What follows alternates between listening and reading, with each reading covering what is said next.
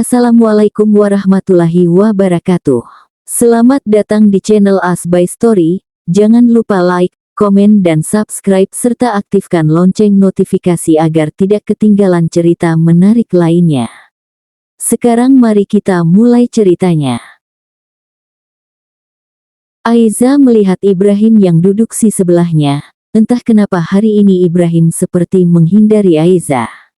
Aiza sudah bertanya ada apa dengan Ibrahim, tapi anak itu tidak menjawab. Terdengar suara mobil masuk, Aiza langsung bangun, itu mobil Sulaiman. Sulaiman langsung masuk setelah mengucapkan salam, Aiza menyalaminya. Sulaiman pulang telat hari ini. Ayah punya hadiah buat Ibrahim. Ucap Sulaiman lalu duduk di sebelah Ibrahim. Ibrahim melihat sekilas lalu kembali menonton televisi. Sulaiman menoleh menatap Aiza, kenapa? Aiza mengangkat kedua bahunya tidak tahu. Sulaiman memberikan paper bag yang dia bawa, membuka isinya yang berisi robot. Terima kasih, ayah. Ibrahim mau bobo. Ucap Ibrahim lalu turun dari sofa dan berjalan ke kamarnya. Sulaiman kembali menatap Aiza. Kenapa dia? Gak tahu, Ai juga tadi udah tanya, tapi gak mau jawab. Sulaiman hanya mengembuskan napas pelan, mungkin nanti dia akan bertanya langsung kepada Ibrahim. Mas juga ada hadiah buat Ai. Apa? Ini. Sulaiman memberikan paper bag yang sama, Aiza langsung mengambilnya dan membukanya. Aiza membuka tutupnya, lagu langsung menyala dan boneka di tengah berputar. Aiza terkekeh lucu, Sulaiman memberinya kotak musik. Kenapa kasih ini? Gak apa-apa lucu aja. Suka gak? Suka? Terima kasih, Mas. Tadi Mas cek toko kita di mall, lewat toko mainan dan ingat Ibrahim, jadi mampir dulu. Terus pas lihat ini, Mas ingat kamu. Aiza tersenyum lalu memeluk lengan Sulaiman. Sulaiman mengecup pelipis Aiza. Setelah beberapa menit, Sulaiman melepaskan pelukan Aiza. Mas ke kamar Ibrahim dulu ya, kayaknya anak itu lagi merajuk.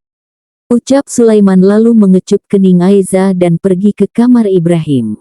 Aiza hanya mengangguk. Sulaiman mengetuk pintu kamar Ibrahim, lampu di kamarnya masih menyala dan Ibrahim belum tidur. Ibrahim kenapa? Tanya Sulaiman yang duduk di sebelah Ibrahim. Ayah. Ya, Ibrahim benci ibu Ai. Sulaiman langsung terdiam dan sedikit kaget. Ibrahim kenapa bilang gitu? Ibu Ai kan baik, kenapa tiba-tiba benci? Kata teman Ibrahim, ibu tili itu nanti ambil ayah dari Ibrahim Hicks, kalau ibu ambil ayah, nanti Ibrahim sama siapa Hicks? Ibrahim gak mau sama nenek. Sulaiman langsung mengangkat Ibrahim dan memeluknya. Membiarkan Ibrahim menangis beberapa saat. Gak ada yang ambil ayah dari Ibrahim. Ayah selamanya sama Ibrahim, ibu juga selamanya sama Ibrahim. Gak usah didengar omongan kayak gitu. Ibrahim benci ibu Hicks, suruh ibu Ai pulang aja, ayah Hicks. Hei, gak boleh bilang gitu, sayang. Ibu Ai kan baik, ibu Ai gak bakal ambil ayah kok, kita bakal sama-sama terus. Ibrahim menggeleng tidak mau dan terus meracau meminta Sulaiman untuk menyuruh Aiza pulang. Nanti ibu Ai siksa Ibrahim Hicks. Ibrahim takut Ya Allah. Gak mungkin, sayang. Ibu Ai baik, sayang sama Ibrahim. Emang Ibrahim pernah digalakin ibu Ai? Ibrahim terus menangis sampai akhirnya tertidur. Aiza yang sedari tadi diam di depan kamar Ibrahim, bergegas pergi saat mendengar Sulaiman mematikan lampu. Aiza masuk ke kamarnya lalu duduk di pinggir ranjang, memegang dadanya yang tiba-tiba berdebar. Ibrahim membencinya. Apa Aiza terlalu keras kepada Ibrahim? Aiza menunduk takut. Sayang. Aiza menoleh dan tersenyum melihat Sulaiman yang masuk ke kamar mereka. Mas udah sholat, makan. Udah, Mas mau mandi. Siapkan baju tidurnya ya. Aiza mengangguk, mengambil baju Sulaiman lalu menyimpannya di atas kasur. Aiza memilih untuk masuk ke dalam selimut lalu memejamkan matanya. Selesai sholat, Sulaiman naik ke kasur, mendekat dan memeluk Aiza dari belakang. Sayang, panggil Sulaiman. Aiza hanya diam, dia belum tidur, tapi malas untuk mengobrol dengan Sulaiman, terlebih setelah apa yang tadi dia dengar. Jangan terlalu keras sama Ibrahim ya. Ucap Sulaiman membuat Aiza langsung berbalik dan menatapnya tajam. Maksud Mas selama ini Aiza keras sama Ibrahim? Bukan gitu, Mas cuma ingatkan. Aiza tahu Ibrahim bukan anak kandung Aiza, tapi bukan berarti Aiza memperlakukan dia keras atau kasar. Aiza tulus sayang sama Ibrahim. Aiza mau Ibrahim jadi anak yang soleh. Mas tahu, Ai, jangan marah dong, Mas kan cuma ingatkan. Mas bisa lihat kok kamu sayang sama Ibrahim. Sulaiman mengecupi pipi dan rahang Aiza, berusaha membuatnya untuk tidak marah. Aiza mendorong Sulaiman menjauh, tapi Sulaiman tentu tidak mau dan mengeratkan pelukannya. Barusan Ibrahim bilang, dia takut ayah diambil ibu. Itu yang bikin dia murung. Ucap Sulaiman mengeratkan pelukannya.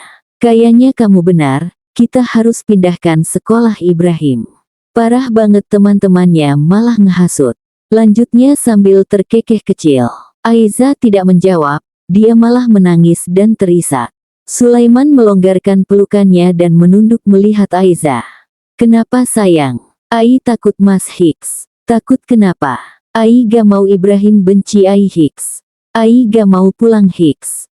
Sulaiman mengelus rambut Aiza dengan sayang, gak akan ada yang pulang. Rumah Ai kan sekarang di sini. Kamu dengar ucapan Ibrahim ya?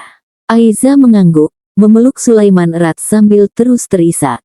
Ibrahim cuma takut aja ayahnya lupa sama dia, takut mungkin Mas lebih sayang Aiza. Jangan Hicks, tinggalin Ai ya Mas Hicks, cuma Mas sama Ibrahim yang bisa temenin Ai sekarang Hicks. Gak akan sayang. Kita semua sayang Ibu Ai. Udah kap-kap, jangan nangis lagi. Mas jadi berasa punya anak dua kalau gini. Aiza memukul dada Sulaiman pelan membuat Sulaiman terkekeh. Maafin Ibrahim ya, dia gak bermaksud bilang kayak gitu, Ibu Ai mengerti kan?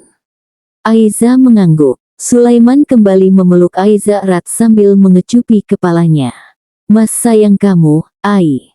Cuma kamu yang akan jadi ibu Ibrahim setelah bundanya.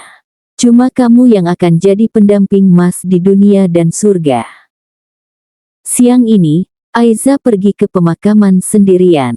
Dia sudah izin kepada Sulaiman, dan Ibrahim ada di rumah neneknya. Sudah 2 bulan sejak kepergian Umi.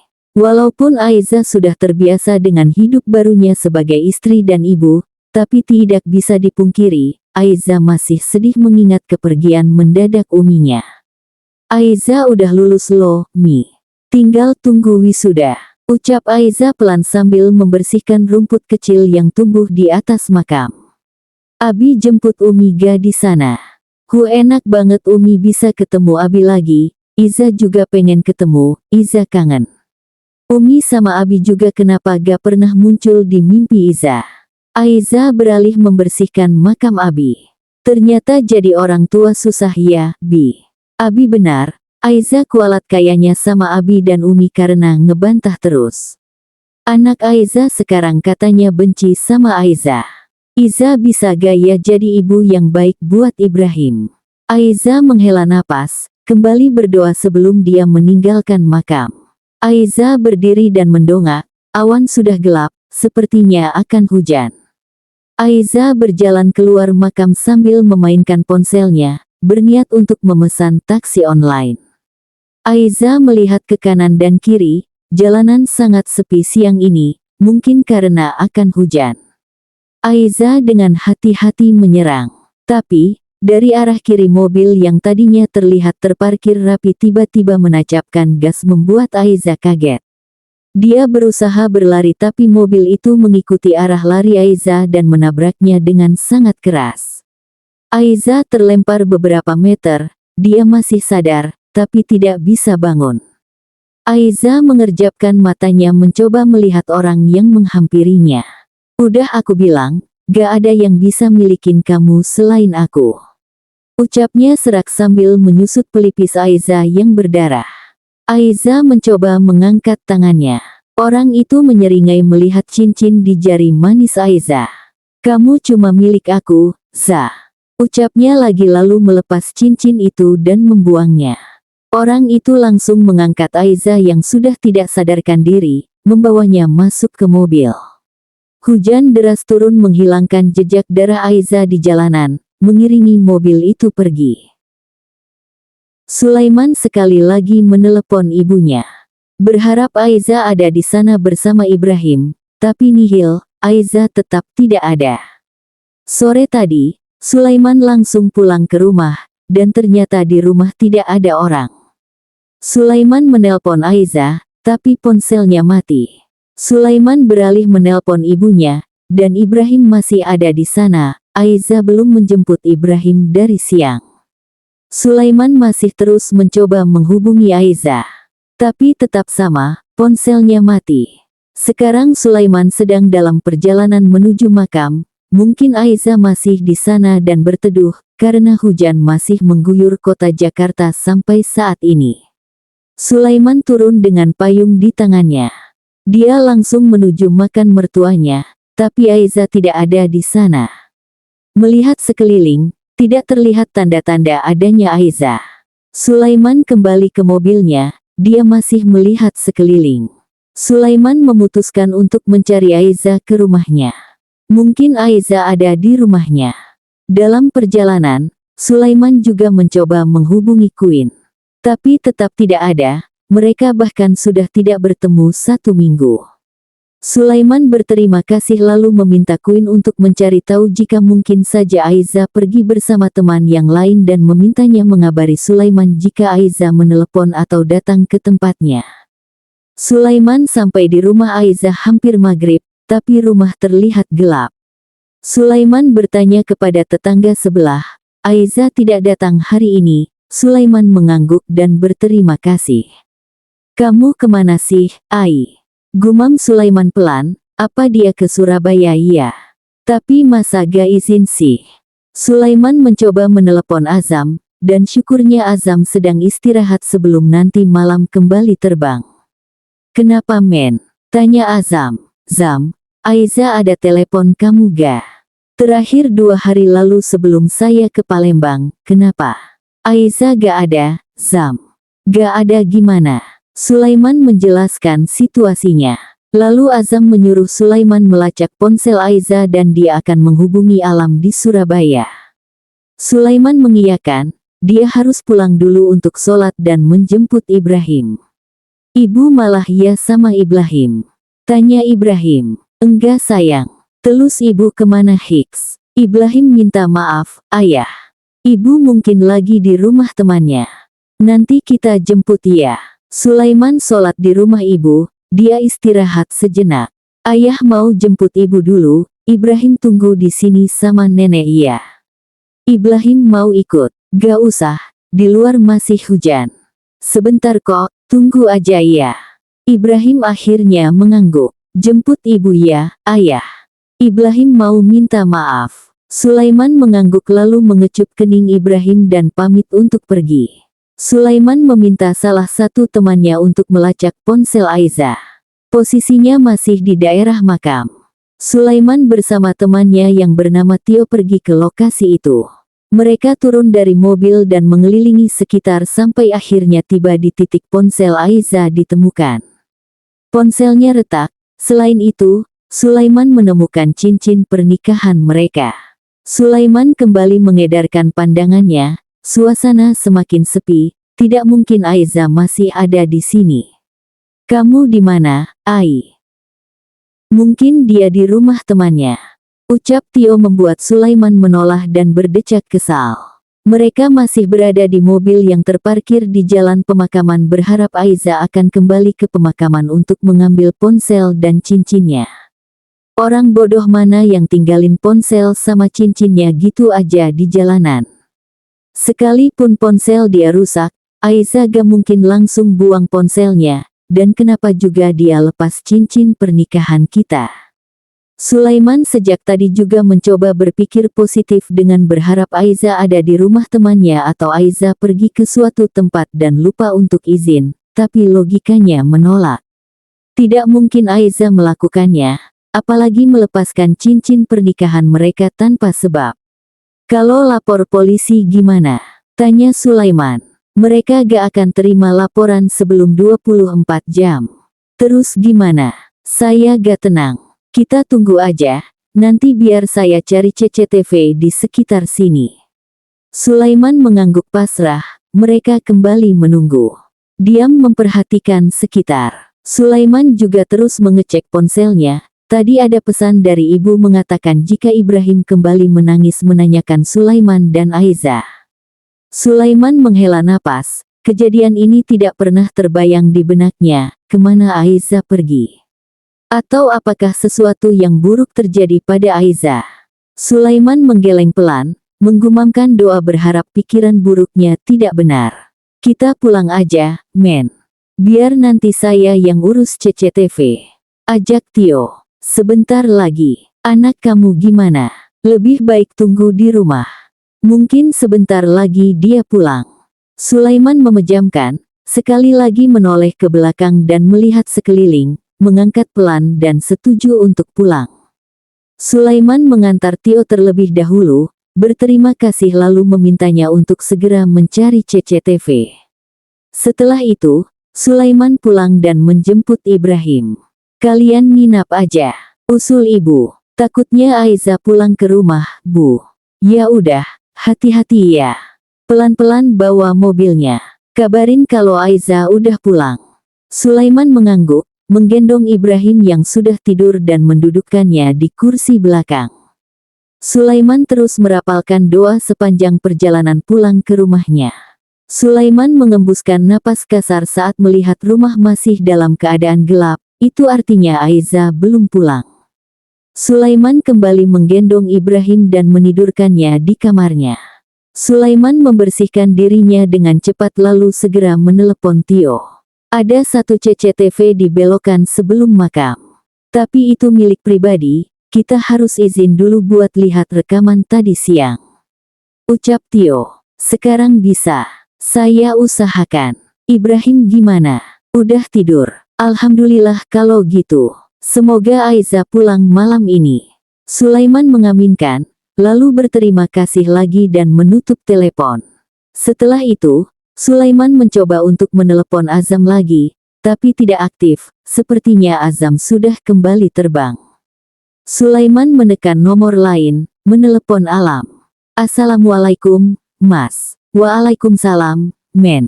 Gimana udah ada kabar? Belum. Aiza gak kesana, Mas.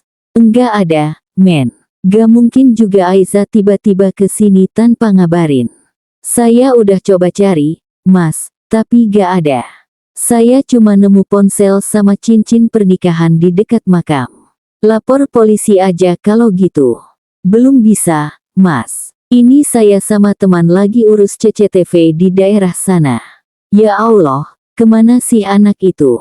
Kita usaha cari dulu, kalau Aiza ke sana, kabarin ya Mas. Mungkin dia naik kereta. Iya, kamu juga kabarin kita terus ya. Iya. Assalamualaikum. Waalaikumsalam. Sulaiman meremas rambutnya pelan. Bagaimana ini? Banyak kemungkinan yang muncul di pikiran Sulaiman saat ini. Bisa saja Aiza memang sedang ingin sendiri, atau dia marah karena masalah Ibrahim kemarin, dan kemungkinan buruk yang terlintas adalah diculik. Sulaiman memutuskan untuk melapor polisi sekarang juga. Dia tidak bisa menunggu 24 jam. Sulaiman berdiri dan mengambil jaketnya. Ayah. Sulaiman menoleh, Ibrahim muncul di balik pintu. Anak itu berjalan mendekat. Ibu mana? Ibu menginap di rumah temannya. Ibrahim kenapa bangun? Ibu malah sama Ibrahim ya? Enggak, sayang. Ibu lagi main sama teman-temannya, terus menginap, besok lusa juga pulang. Ayo sini tidur lagi. Kita tidur berdua malam ini. Sulaiman menggendong Ibrahim dan menurunkannya di kasur. Ayah mau kemana? Tadinya mau ke depan sebentar, tapi gak jadi. Ayo kita tidur aja. Sulaiman menepuk-nepuk pelan punggung Ibrahim sambil menceritakan sebuah dongeng. Setelah 15 menit, Ibrahim kembali tertidur. Sulaiman bangun dan mengambil ponselnya. Ada pesan dari Tio yang memberitahu jika pemilik CCTV yang mereka butuhkan sedang tidak ada di rumah. Malam itu Sulaiman terjaga sampai pagi. Begitu pagi tiba, Sulaiman mengajak Ibrahim ke rumah ibunya, menitipkannya di sana lalu bergegas menjemput Tio. "Gimana?" tanya Sulaiman. "Gak ada perkembangan. Kita harus tetap minta izin pemilik CCTV, kecuali kita pakai cara ilegal." Sulaiman memejamkan matanya, dia membelokkan mobilnya ke arah kantor polisi. "Percuma, men. Mereka gak akan terima laporan kita," ucap Tio. "Terus gimana? Masa kita cuma diam?" Tio diam, dia juga tidak tahu harus bagaimana. "Stop. Tio menepuk lengan Sulaiman menyuruhnya untuk berhenti. Dia melihat sebuah mobil berhenti di depan rumah yang terdapat CCTV. Kayaknya itu yang punya rumah. Sulaiman memutar balik mobilnya dan parkir tidak jauh dari rumah itu, turun lalu sedikit berlari mengejar pemilik rumah. "Assalamualaikum, Pak," ucap Sulaiman membuat pria paruh baya di depannya tampak kaget, tapi kemudian menjawab salam pelan. "Perkenalkan, saya Sulaiman, Pak. Saya mau minta tolong sesuatu." Sulaiman menoleh ke arah Tio. Tio menjelaskan kejadiannya dan meminta izin untuk melihat rekaman CCTV kemarin siang. "Mangga, silakan masuk." Mereka masuk, Sulaiman dan Tio duduk di ruang tamu menunggu tuan rumah mengambil laptop. "Tapi CCTV saya cuma rekam video tanpa suara, Mas," ucapnya lalu duduk di sebelah Sulaiman dan memberikan laptopnya, membiarkan Sulaiman melihat sendiri. "Gak apa-apa, Pak. Ini sudah sangat membantu. Emang pemerintah daerah gak pasang CCTV di sekitar sini ya? Padahal ini jalan besar." "Gak ada, Mas. Susah. Udah beberapa kali dipasang, rusak terus." Sulaiman mengangguk, mulai memutar rekaman CCTV dan langsung mencari di jam sekitar Aiza pergi. Sekitar pukul 1 siang, terlihat Aiza turun dari ojek online. Dia memang berjalan ke makam, dan sekitar 20 menit kemudian terlihat Aiza keluar dari pintu utama. Aiza menyerang dan sebuah mobil menabraknya. "Aiza," pekik Sulaiman pelan. "Innalillahi, catat dulu plat mobilnya," sahut tuan rumah. Tio dengan cepat mengeluarkan ponselnya dan memfoto plat tersebut, juga mencatatnya di catatan ponsel. Sulaiman juga melihat orang yang menabrak Aiza membawanya ke dalam mobil. "Mungkin Aiza ada di rumah sakit, men. Kita harus cek dulu," ucap Tio. Sulaiman mengangguk setuju. "Pak, saya boleh minta rekaman ini? Jaga-jaga untuk lapor polisi," pinta Sulaiman. "Oh iya boleh silakan." Sulaiman dengan cepat menyalin rekaman itu ke dalam ponselnya, laku berterima kasih dan bergegas untuk pergi. "Kita ke rumah sakit terdekat dulu," ucap Tio. "Thanks, yo. Sorry ngerepotin." "Santailah men." Mereka menuju rumah sakit terdekat. Bertanya apa ada pasien bernama Aiza. Pihak rumah sakit menjawab tidak ada. Sulaiman dan Tio beralih ke rumah sakit lain. Tetap tidak ada. Setelah mengunjungi lebih dari 5 rumah sakit, Sulaiman akhirnya memutuskan untuk ke kantor polisi. Ini sudah tidak benar. Logikanya juga menolak untuk berpikir jika Aiza baik-baik saja. "Kamu kenal orang di video tadi ga?" tanya Tio. "Enggak, lagian dia pakai topi, gak jelas mukanya." "Kamu punya musuh?" Sulaiman diam sebentar. Orang yang musuhin dalam bisnis banyak, tapi masa iya sampai celakakan keluarga? Lagian saya gak pernah anggap mereka musuh. Selagi saya baik-baik aja dalam berbisnis, saya gak akan ganggu mereka. Mungkin salah satu dari mereka. Atau itu musuh Aiza. Musuh Aiza. Sulaiman menggeleng pelan.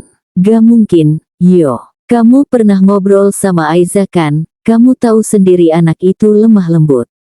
Gak mungkin sampai punya musuh. Sulaiman kembali diam, dia tiba-tiba teringat satu nama yang beberapa kali Aiza sebut. Hati Sulaiman berdetak lebih cepat, apa mungkin orang itu? Sampai di kantor polisi, Sulaiman langsung membuat laporan dengan menunjukkan rekaman CCTV yang dia punya. Laporan langsung diterima dan diproses. Pihak berwajib mengatakan akan memproses kasus ini secepatnya dan mulai mencari Aiza saat itu juga. Sulaiman berterima kasih banyak, dan dia suruh untuk menunggu saja dan tunggu kabar dari kepolisian. Sulaiman menghela napas gusar, dia tidak bisa hanya menunggu. Udah tunggu aja, men. Biar CCTV-nya dicek dulu, sekarang gak terlalu susah kok lacak orang. Apalagi kepolisian kita udah keren. Sulaiman memijat pelipisnya lalu mengangguk. Baiklah, Sulaiman juga harus mengurus pekerjaannya dulu. Malam harinya, Sulaiman diminta untuk ke kantor polisi lagi. Tio juga ikut serta. Rekaman CCTV yang menjadi bukti sudah selesai dicek dan dianalisis. Polisi sudah mengantongi sebuah nama. Sepertinya ini mobil sewaan, dan platnya sudah pasti palsu, tapi kita cek dan ikuti dari posisi terakhir, mobil ini membawa korban ke pelabuhan kecil lalu membuang seperti kantong besar ke laut. Setelah itu dia meninggalkan mobilnya di sebuah garasi umum. Sulaiman memperhatikan dengan seksama rekaman CCTV yang dikumpulkan pihak kepolisian. Sulaiman menggeleng pelan saat melihat orang di dalam video membuang kantong besar ke laut lepas. Terus gimana, Pak? Itu kantong apa? Tanya Sulaiman pelan. Kita sedang dalam investigasi lebih lanjut dan tim sedang dalam perjalanan ke garasi umum itu untuk melihat mobil terduga pelaku. Dan untuk kantong itu, semoga saya salah, tapi jika dilihat sekilas, itu seperti tubuh manusia. Gak mungkin Aiza. Dia masih hidup. Bersambung.